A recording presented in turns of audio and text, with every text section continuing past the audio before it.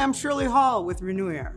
Today I'm in the lab and I'm going to show you how to integrate the BACnet Fan Control into your BACnet MSTP system. You have the BACnet Fan Control here.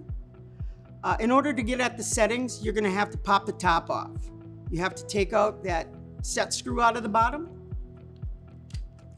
pop the top off, and in order to put the settings in, you have to put the JP1 Jumper into the program mode. You also have to wire in your BACnet MSTP. That's into terminals 16 and 17. The 16 goes into the positive and the 17 goes into the negative. Now we'll pop the top back on. And now you're going to see that there's a wrench at the top. That means you're in program mode. There's three menus: control settings, network settings, and the display settings. To toggle between those, you're going to hit the up and down arrow. We'll start with the control settings. On control settings, we'll hit the fan button to enter, and you're going to first see the supply and exhaust fan settings. We'll deal with that later. The third thing is the BMS Enable, on/off. What that setting means is if you set that to yes or on, the system will wait for the BACnet system to send a signal through the binary value 2 to turn it on and off.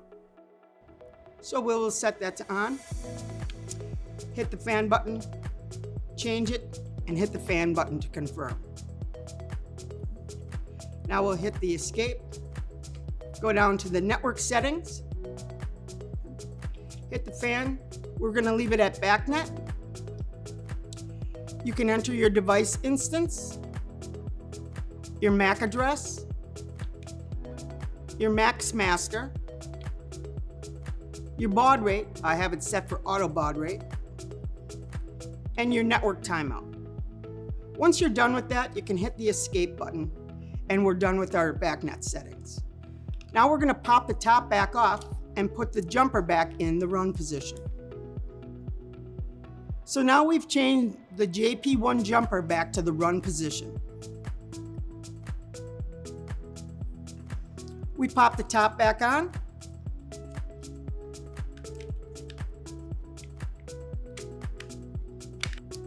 And now we're back to status, but we are off. That's because we need a signal from the BACnet system to tell the unit to turn on. Now I'll go back over to the discovery and turn the unit on with binary value 2. Now we see the status is on, and there's an additional A in the middle that indicates that the BACnet system has commanded it on.